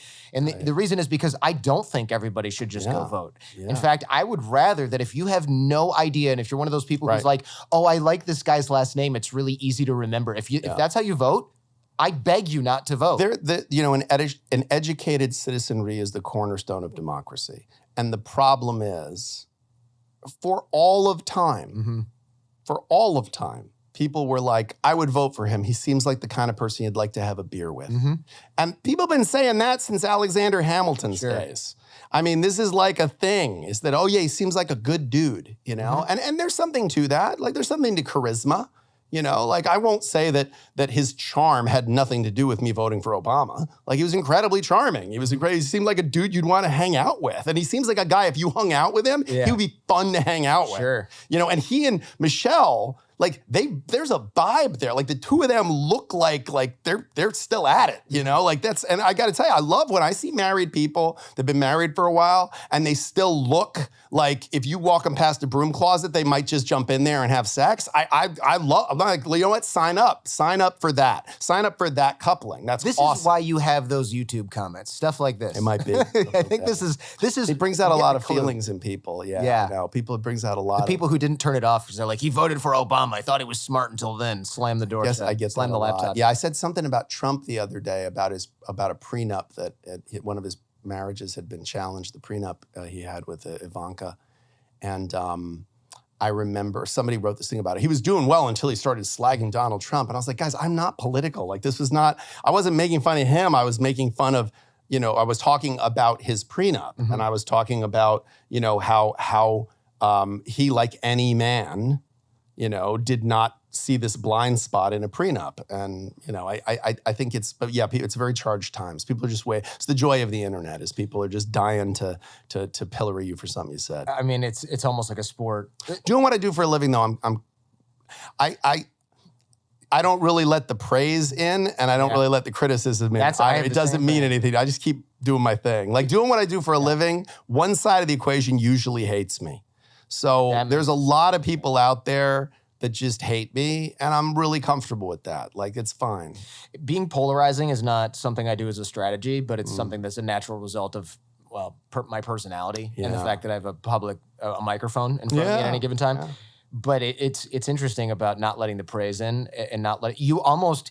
It would be amazing if you could only let the praise in, but then the criticism you could keep at bay unless it was constructive. It would be dangerous, but it's very hard to do, and you're right. I think it'd be dangerous. It's not a good idea because I think that you'd get high on your own supply. Like I think you would just very quickly spiral into a hubris. Whenever anybody says something, like, oh, you're good at this or you're great at this, I always go, yeah, opinions vary. Like, and it's true, opinions vary. Like I don't know that I'm right. I never thought the things I have to say would reach the audience that they've reached. Sure. When I think of the fact that at this point, tens of millions of people have spent several hours listening to me, that's shocking. And they want more. Well, some of them anyway. A lot of them still want more. And that's very, very interesting to me. I feel very grateful for it. I feel very blessed to have had the opportunity to do it. But I never really did it for not to overquote Rick and Morty, but there's a scene where Rick says, your boos mean nothing to me. I've seen what you cheer for. And I sort of feel like that's the reality. Like if you want to conduct the orchestra, you got to turn your back to the audience. And so I don't really say anything I say for the clicks, for the likes, to have people always like, you should have a podcast, you should have a show, you should have this, you should have that. And it's never been for that purpose. I have a very specific set of things I'm qualified to talk about. I get sometimes from people saying, oh, you repeated this perspective on this podcast and this podcast. You got good sound bites, that's okay. Yeah, well, the truth is I'm not a stand-up comic who has like a set and then I'm gonna burn that set and I'm gonna write a whole new set. I'm a lawyer, I'm a divorce lawyer. I try to give the most accurate and efficient answer in the most interesting, entertaining, or digestible manner, ideally all three. So yeah, once I get it right, I'm not going to just change it so I have new material for the public. And you should. And that's why I've really cut back a lot even on how much I do appearance-wise, because I feel like I've said a lot of the things I needed to say or wanted to say. I've reached a very broad audience. I'm working on a new book now that gets into different terrain, which I think will be an interesting thing to have conversations about. Sure. But until then, I certainly am always very excited. Like this interview I was excited for because I know your work and you tend to dive a little deeper, as you already have in this conversation, than just the surface level. If I do one more, so a divorce lawyer writing books about relationships, how did that come about? I'm like, why don't you listen to one of 50 podcasts I've been on where I answer that question? Top 3 tips of how to dude, if I get one more top 3 anything, everybody wants life to be a BuzzFeed. Like, what are 3 things people can do to divorce proof their man? I'm like, I wrote a whole book on this, man. Which I didn't read in preparation for this. Okay, but you know what? I love the honesty of it. Love the honesty of that. If someone just said that to me, if someone just went, I never read your book, I never watched any of your interviews. My intern wrote these questions, and I'm going to ask all of them. You know what? And even that, there's an honesty to it. Like, I just don't, like, the most dangerous thing a person can do is believe their own bullshit. Oh, yeah. And so to me, like, you give a lazy interview, I'm going to give you lazy answers, and they're not necessarily even lazy. I'm just going to answer the way I always answered. Yeah. You know how many times I have to tell people the same things in 25 years as a divorce lawyer? Do you know how many times I have to explain alimony? How many times I've had to explain child support? How many times I've had to explain every aspect of divorce? And I want to do it. Sure. And my clients deserve that I do it in a way that's interested and interesting and engaged, and like, because they pay for that. I was going to say, at least you can bill in 6 minutes. Yeah, I don't sit there and go, child support is based on a presumptive statutory cap of your gross income less FICA, which is 0.0765 from whatever the gross income is. And child support for one child is 17%, two children is 25%. If your lawyer talked to you that way, like, I've actually thought about, like, okay, why don't I do this speech and then just like put them in a room and be like, here, watch this video, and then I'll be back. Like a job training at McDonald's. Had a hangover back in the day. Yeah, exactly right. But look, you're paying me $750 an hour. You're going to get the steak and the sizzle. Yeah. So I'm going to do the thing. So I can give the same opinion or the same speech and make it compelling and make it interesting. That's part of the job of being a trial lawyer. Yeah, let's roll up those sleeves and shut the door. That's what you do. That's right. What are some trends that you see in, speaking of crappy questions, this will start as a crappy question, but it'll be a real one. What are some trends that you see in marriage? Because it looks like we're actually, from the outside in, getting kind of more conservative than marriage has been in the past, or than social mores have been in the past. But it could be an illusion based on my age. I don't know. Yeah, there's a lot of interesting stuff in the last couple of years. People are getting married older than they used to. Well, that's, for sure. That's a fact. These are numbers. People are getting married later. They're having children later. People are definitely exponentially getting prenups way more than they used to. Interesting. Okay. There is no way to track this because prenups are not filed anywhere. They're a private document. And as someone who's represented a number of celebrities and sports figures, I can tell you, I have seen interviews with my client who I've done a prenup for where they are saying, oh yeah, we're not having a prenup. And I'm watching them. They just lie about that. That's interesting. Huh? I have their prenup in my safe signed, And wow. Well, because it's not recorded anywhere. It's not logged. So they know. Right. And by the way, and interviewers have no right really to ask people if they have a prenup or not. I guess you're a public figure. People can ask whatever question you want, but you have the right to lie to people if they ask you an inappropriate question, I guess. That's true. But I think it sets the wrong example, which is we put up on Instagram us picking the cake and us picking the venue and us picking what wine we're going to serve and us picking the dress and the shoes and everything else. People don't advertise the fact they had a prenup. But for whatever reason, I have to say in the last 5 years, I would say 3x, 4x in terms of prenups. Part of it is that I've come to be known as someone who does prenups. So I do a lot of talking about prenups. So I have a lot of people now that say I probably do 3 consults a week for prenups, and I get retained by most of the people who consult with me about a prenup. So I do a lot of prenups, but among my colleagues, like I'm part of all the professional organizations, New York State Bar Association, all the different family law divisions and family law committees. And we all are saying the same thing, which is, like the people in their 20s and 30s, which is the prime marriage ages, they're getting prenups. They're approaching things much more pragmatically. I see it in my own sons. There's a pragmatism and a realism, and there's also a radical kind of candor where people are talking more openly about gender issues, sexual orientation, therapy and mental health stuff. We're talking more candidly and honestly about the things we struggle with. And I think that's translating into a broader openness about the technology of marriage and the concerns that younger people are having about it. And so I think that's kind of good. I think that's a really good thing. I think that the more people are talking about prenups, normalizing, like it took a while to normalize therapy. okay, we should be normalizing prenups. Like, there's nothing wrong with normalizing prenups. And again, the best way to do it, as far as I can tell, is to just point out to everybody that either the government writes your prenup or you write your prenup. Yeah, that's a really good way to look at it, because most people would then, at that point, I would think, not allow the government default to come into play. It's like having a will. Well, when I was on Matt Walsh's show on the Daily Wire, Matt and I disagree on a lot of things, from a political place. And we met by getting in like a little tussle with each other on Twitter, which I'm no longer on, but which at the time I was still on, before I realized what a just unbelievable cesspool of anger it is. But the truth is, like, I think Matt's very entertaining. I think he's very intelligent. We have different perspectives on a lot of things, but it's rooted in us having some fundamental different beliefs. But we had to sit down at his studio in Tennessee, which, by the way, I have to say, his staff and everyone in that operation, Daily Wire, was the nicest, most courteous, professional people I think I've ever dealt with. They were a pleasure. And he was an absolute pleasure to talk to. And even though we disagree on a bunch of things, our dialogue about marriage, which he is a huge fan of. I mean, he's married, he's got 6 kids. He's very much of the like, yeah, we got married, we don't have a prenup. But we had so much commonality in our perspectives because we're both skeptical of the government. And we're both skeptical of government control.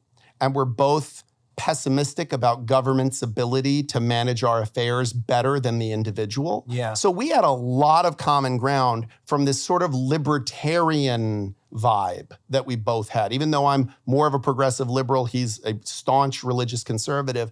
But we have this commonality of like, listen, I don't know the solution, or we might differ on the solution, but we both agree whatever the solution is, the government ain't gonna be the one to solve it. So we should go in with this pragmatic approach.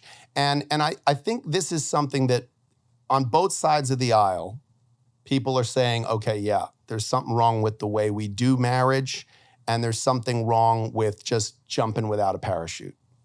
I think a lot of people, when I was doing a criminal defense, just in law school clinic stuff, people would say, how do you protect somebody that you know is guilty?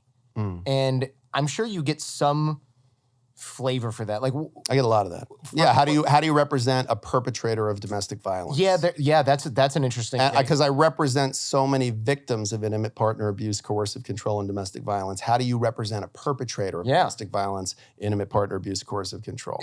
Or how do you just eviscerate somebody on cross-examination? And you're like, this is probably I can answer that. Person. Yeah, I can. Oh no, that happens all the time. Yeah. And I mean, part of it is that I grew up a fighter. And I still train martial arts to this day. So some of my best friends have punched me in the face, choked me, and tried to break my limbs. Yeah. And I've tried to do the same thing to them. So I grew up in the fight sport. So I don't have to hate you or be angry at you. In fact, some of my best friends, we try to kill each other all day. So that's the mindset I came from.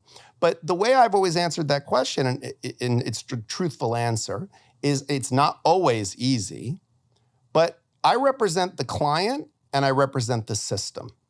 And I don't always believe in the client. I don't always feel great about the client, but I believe in the system. Like, I believe that my role in the machinery of our system is an important one. I believe in democracy. I believe in our legal system. I don't think it's perfect. It has flaws. But it's like, it's like the economy. Like we have the worst one except for all the other ones. Like I think we do a pretty good job of due process. I really like that we err on the side of letting a guilty person go free rather than an innocent person go to jail. So I like our burdens of proof. I like due process. I like the right to confrontation.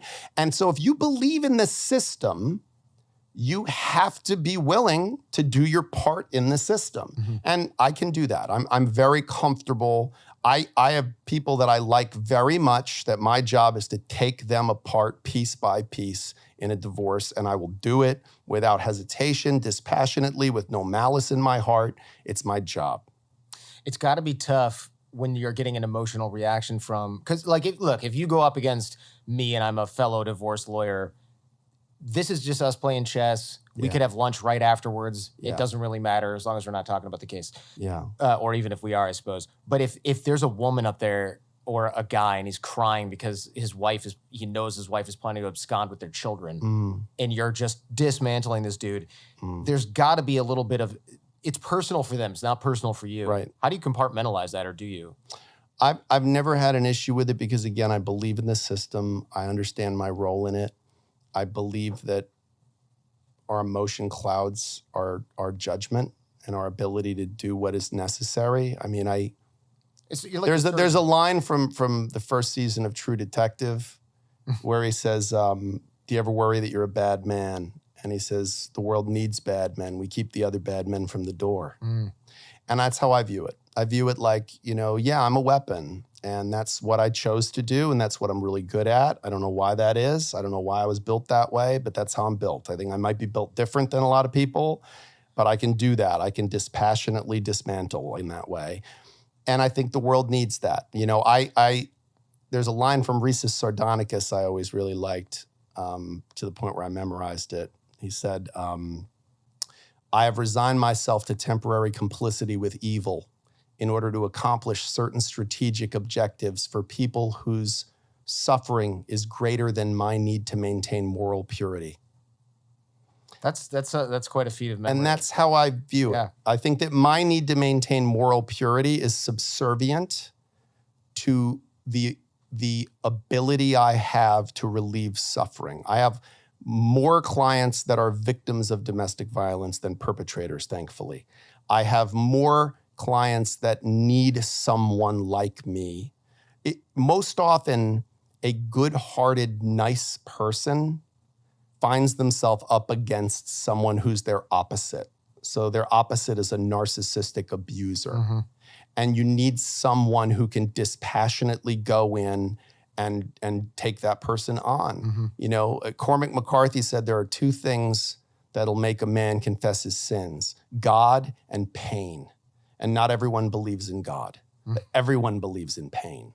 So sometimes my job is to inflict pain, emotional pain, financial pain, create and cultivate leverage and then use it. That's my job. And my job most often, thankfully, is to do that for someone who there is some moral ground behind it.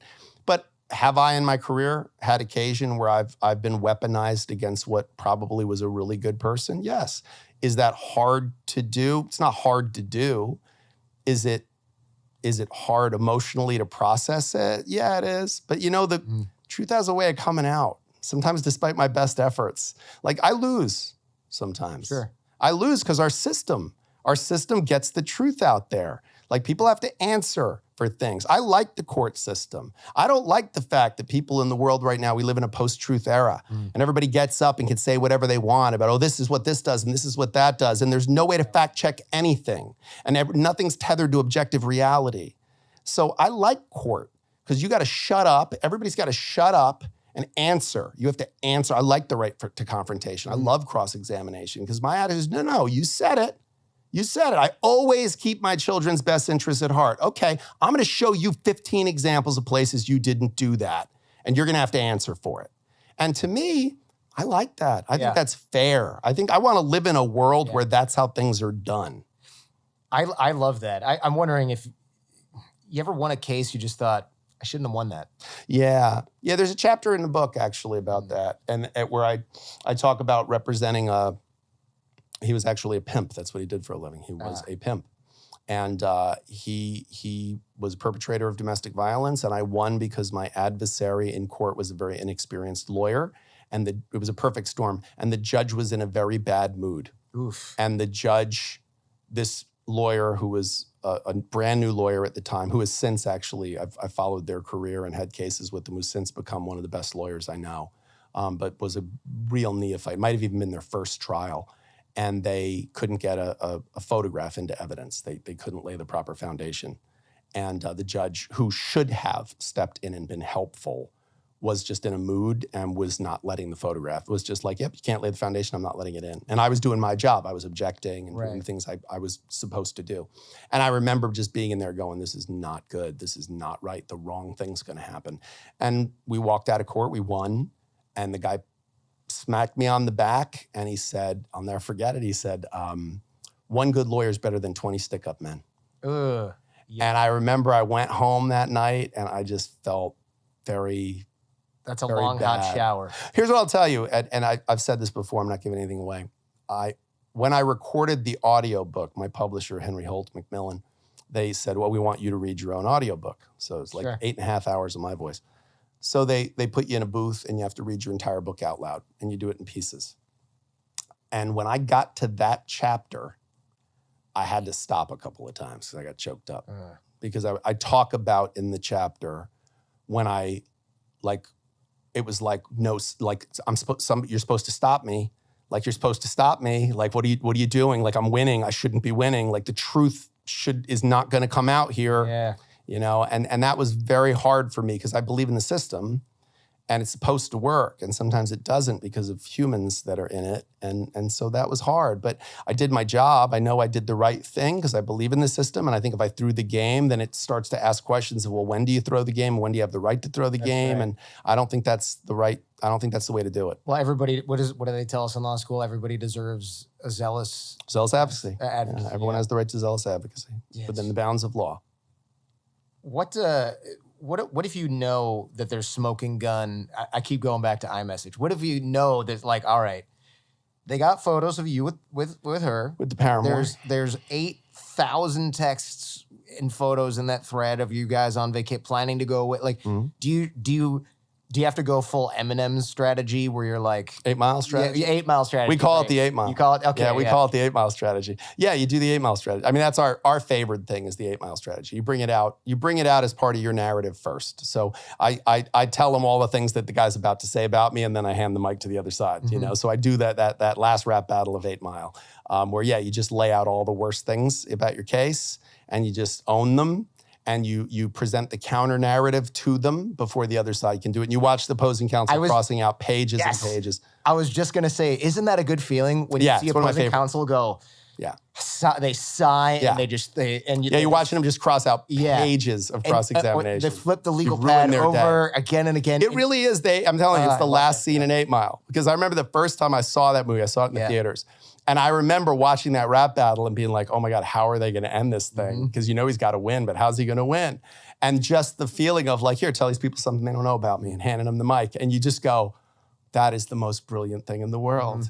And I have to tell you, like, I've seen on the witness stand again and again, like when a client talks about their humanity and talks about their flaws, and they admit when they lost their temper or when they said something stupid or did something stupid, there ain't a person in that courtroom that can cast the first stone. Like, everybody in that courtroom looks and goes, yeah, like I've probably done dumb things too, you know. Just didn't get caught, or maybe did, Yeah, so I think there's a lot of value in taking that approach to things. Yeah. You've got a great mindfulness exercise that I love, and I am not Mr. Mindfulness. I am not that guy. People who, I feel like there's a lot of hype around this stuff, but there's a core of really good stuff in there. This one I love. Tell me about this. This is the Thich Nhat Hanh one about hugging someone? Yes, that is it. Yeah, so Thich Nhat Hanh was a Vietnamese Buddhist monk. He passed away some years ago, but he wrote a number of really beautiful books about mindfulness and awareness and the nature of life and suffering. They're very simple books, much like Sherry Huber, who's another Buddhist writer.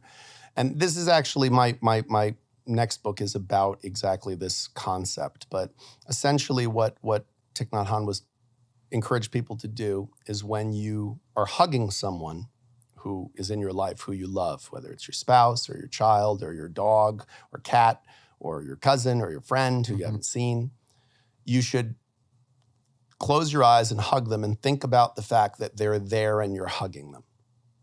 And then for a moment, you should think about that they've died. You should imagine that they've died and that you're holding their body, hugging their body for the last time before you let go and it's taken away. And then you should remember that they're there and they're alive and you're hugging them. And if you can train yourself to do that, some people think that's a morbid exercise. I don't think it is.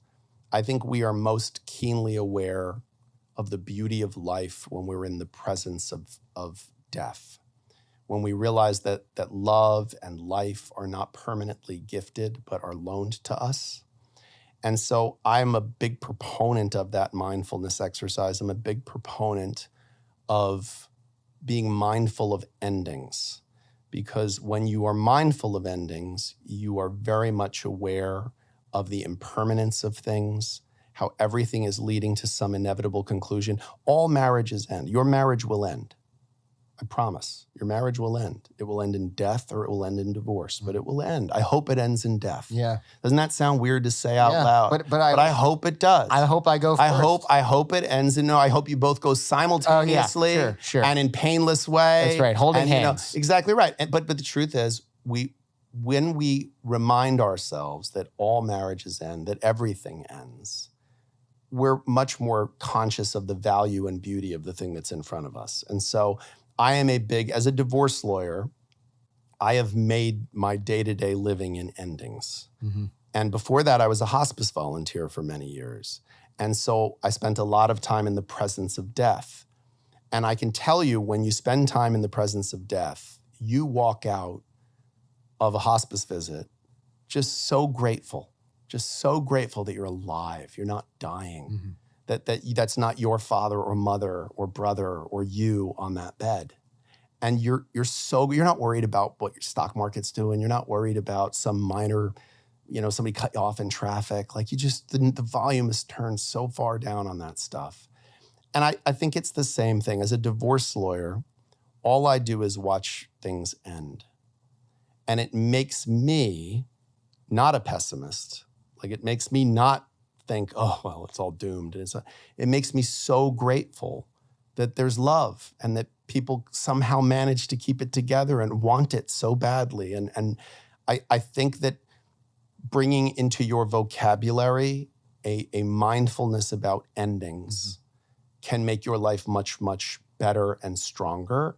And that's where really the focus of my work and my writing now is moving. Jim Sexton, thank you very much. Pleasure. It was great to be here, Jordan. I appreciate you having me. Thank you for checking out this entire episode on YouTube. If you want to follow up on this topic, check out our podcast feed or visit us on our website at jordanharbinger.com, where you can learn more about our guest and dive even deeper into what we discussed today. And remember, YouTube only has about a quarter of the episodes that we release here on the Jordan Harbinger Show audio feed.